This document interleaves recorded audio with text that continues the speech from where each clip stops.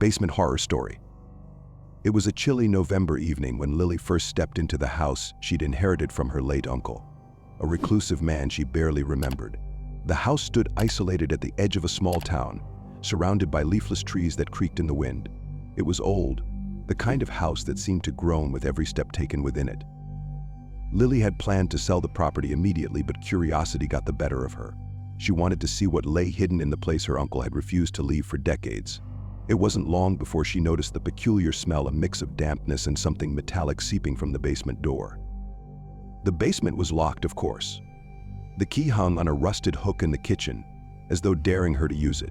For days she ignored it, focusing on clearing out the other rooms, which were filled with old furniture and forgotten knickknacks. But the smell worsened, and a faint hum, like a machine running somewhere deep below, began to invade the quiet nights. Curiosity turned to obsession. On the fifth night, armed with a flashlight and her phone, Lily decided to venture downstairs. The key turned with an unsettling creak, and the door opened to reveal a steep, narrow staircase. Cold air rushed past her, carrying the stench in waves. She hesitated, but the hum was louder now, vibrating through the floor beneath her feet. The flashlight beam flickered as she descended, illuminating walls lined with chipped paint and cobwebs. The basement was cavernous, far larger than she had imagined. Old shelves lined the walls and broken furniture lay in disarray. But her attention was drawn to the far corner, where a large metal hatch was bolted into the floor. The hum was deafening here. Lily's stomach churned as she approached. The hatch seemed out of place, its surface pristine compared to the decay surrounding it. Her flashlight caught something else, scratch marks on the concrete floor, leading away from the hatch as though someone or something had tried to claw its way out. A chill ran down her spine. She wanted to leave, but her feet refused to move. Instead, she crouched and examined the hatch. It was padlocked, the chain thick and rusted. The smell was overpowering now, and as she leaned closer, she could hear something beneath the hum, a faint, rhythmic tapping. She stumbled back, her heart racing. She had no intention of opening it, not now. But as she turned to leave, her flashlight caught a glint of something on the shelf nearby, a crowbar. She stared at it for what felt like an eternity. Then, as though compelled by some unseen force, she grabbed the crowbar and returned to the hatch. With each strike against the padlock, the tapping grew louder, more frantic. The lock finally gave way, the chain clattering to the floor. Lily hesitated, every instinct screaming at her to stop, but she couldn't. The hatch opened with a hiss, releasing a gust of foul air. She gagged, pulling her shirt over her nose. Her flashlight beam revealed a dark, narrow shaft with a ladder descending into the abyss. The tapping had stopped. She debated calling the police, but dismissed the idea. What would she say? That she heard noises coming from her basement?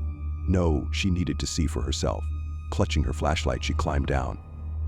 The air grew colder with every rung. When she reached the bottom, her feet landed on damp earth. The hum was gone, replaced by an eerie silence. The space was small, more like a chamber than a room. Her flashlight swept across the walls, revealing strange symbols etched into the dirt. In the center lay a shallow pit, and inside it, Lily's breath caught. Bones, human bones, scattered and broken, some still wrapped in rotting scraps of fabric. She stumbled back, her flashlight trembling in her hand. That's when she heard a low, guttural whisper right behind her. She spun around, the flashlight revealing nothing but empty space. Her heart pounded as the whisper grew louder, surrounding her. It wasn't a language she recognized, more like a collection of guttural sounds and rasps. Panic surged through her, and she bolted for the ladder. She climbed as fast as she could, the whispers turning into screams. The flashlight slipped from her grip, crashing to the ground below and plunging her into darkness. She climbed blindly, her fingers raw against the cold metal rungs. When she finally reached the top, she slammed the hatch shut and threw the chain back around it, her hands shaking. She stumbled out of the basement, locking the door behind her. But the whispers didn't stop. They were in her head now, following her as she ran to her car. She didn't stop driving until she reached the next town. Lily never returned to the house. She listed it for sale the next day, leaving out any mention of the basement. But even as she tried to move on, she couldn't shake the feeling that she'd let something out. The whispers followed her, invading her dreams, growing louder each night. 2 months later, the house was sold to a young couple. They moved in on a crisp January morning, excited to start their new life. By spring, the house stood empty again. The couple had disappeared without a trace, leaving behind only a faint hum that could be heard from the basement door.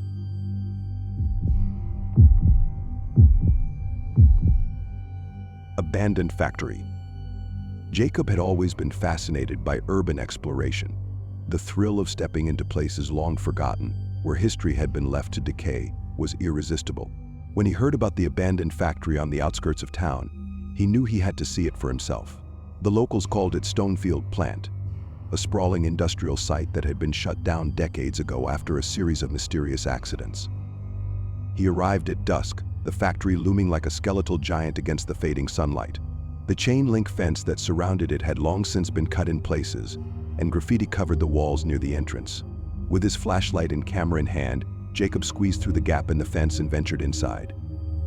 The air was heavy with the scent of rust and mildew. Broken machinery and toppled filing cabinets littered the floors, their contents spilling out like the entrails of a forgotten era. Jacob's footsteps echoed in the cavernous space as he moved deeper into the building, his flashlight casting long, eerie shadows. It wasn't long before he noticed the sound. Faint at first, like the distant hum of machinery. Jacob froze, listening. It didn't make sense. The factory had no power. Dismissing it as his imagination, he continued on, snapping photos of rusted conveyor belts and shattered windows. The deeper he went, the stronger the hum grew. It seemed to be coming from the lower levels. Jacob's curiosity got the better of him, and he began searching for a way down. He found a stairwell at the back of the factory, its steps coated in a thick layer of grime. The air grew colder as he descended, the hum now accompanied by a faint clicking sound. At the bottom of the stairs, Jacob found himself in a long, dimly lit corridor. The walls were lined with pipes, some of which dripped with a foul-smelling liquid. His flashlight beam wavered as he moved forward, the clicking growing louder with each step. At the end of the corridor, he found a heavy metal door, slightly ajar.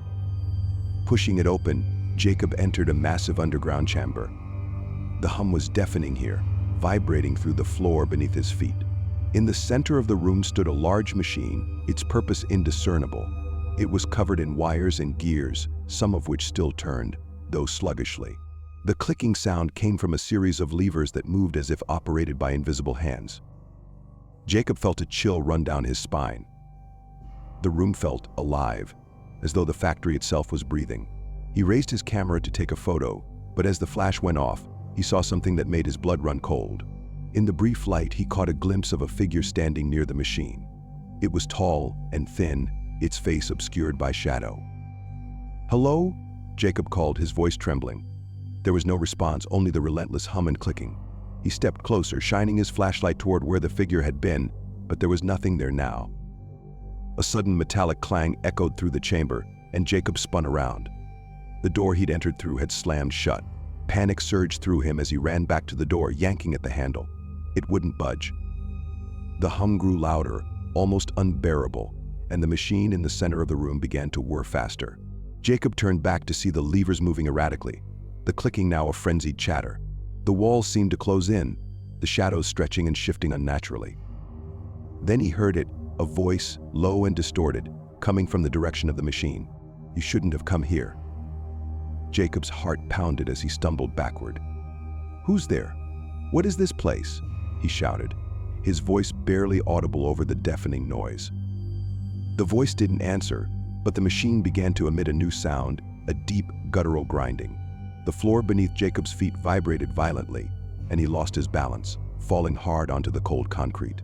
His flashlight skittered away, plunging the room into near total darkness.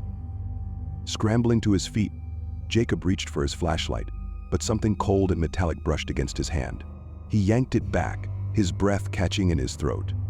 The grinding sound grew louder, and the faint outline of the machine loomed before him, its gears spinning faster than ever.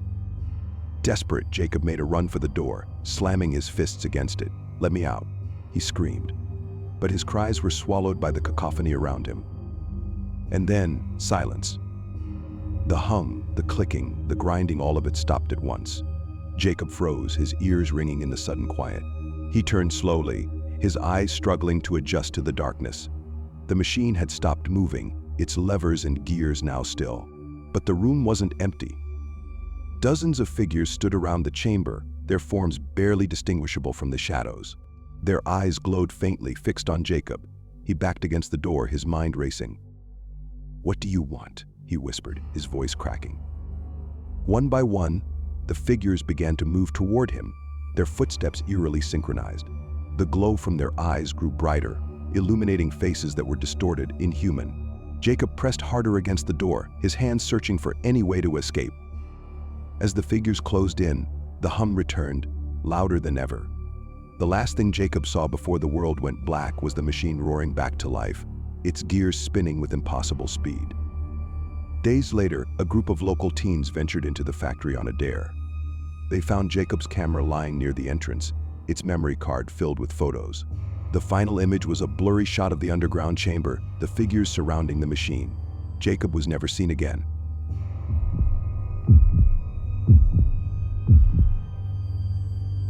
Forest cabin.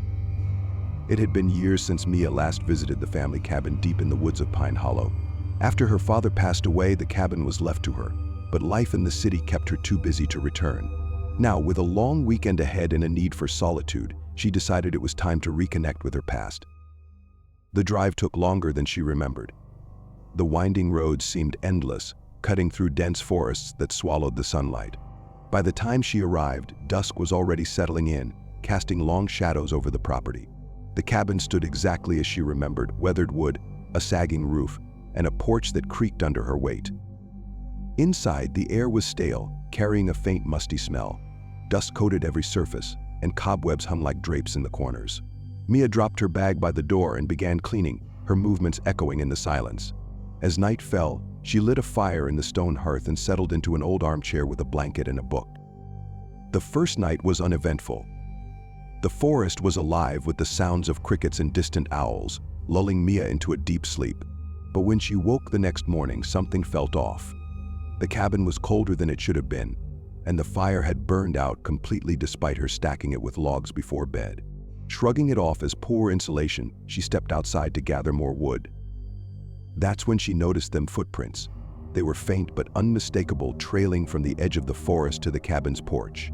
Her stomach tightened. The prints were too large to be her own and too defined to be an animal's. They circled the cabin and stopped directly beneath her bedroom window. Mia's first instinct was to call someone, but she had no cell service this far out. The landline in the cabin had been disconnected years ago. She told herself it was nothing, perhaps a hiker or a hunter passing through. Still, she couldn't shake the unease. She spent the day exploring the surrounding woods, hoping to clear her mind. The forest was eerily quiet, the kind of silence that pressed against her ears. She found herself glancing over her shoulder more than once, but no one was there. By the time she returned to the cabin, the sun was setting, casting an orange glow over the treetops. That night, the noises started. It began with soft tapping, like fingers drumming against the wooden walls. Mia sat up in bed, clutching the blanket. The sound moved, circling the cabin, sometimes stopping, then starting again. She wanted to believe it was an animal, but the rhythmic pattern felt deliberate. Grabbing a flashlight, she crept to the window and peered out. The beam cut through the darkness, illuminating the trees, but nothing moved. The tapping stopped. Mia stayed up for hours listening, but the forest had returned to its usual symphony of night sounds.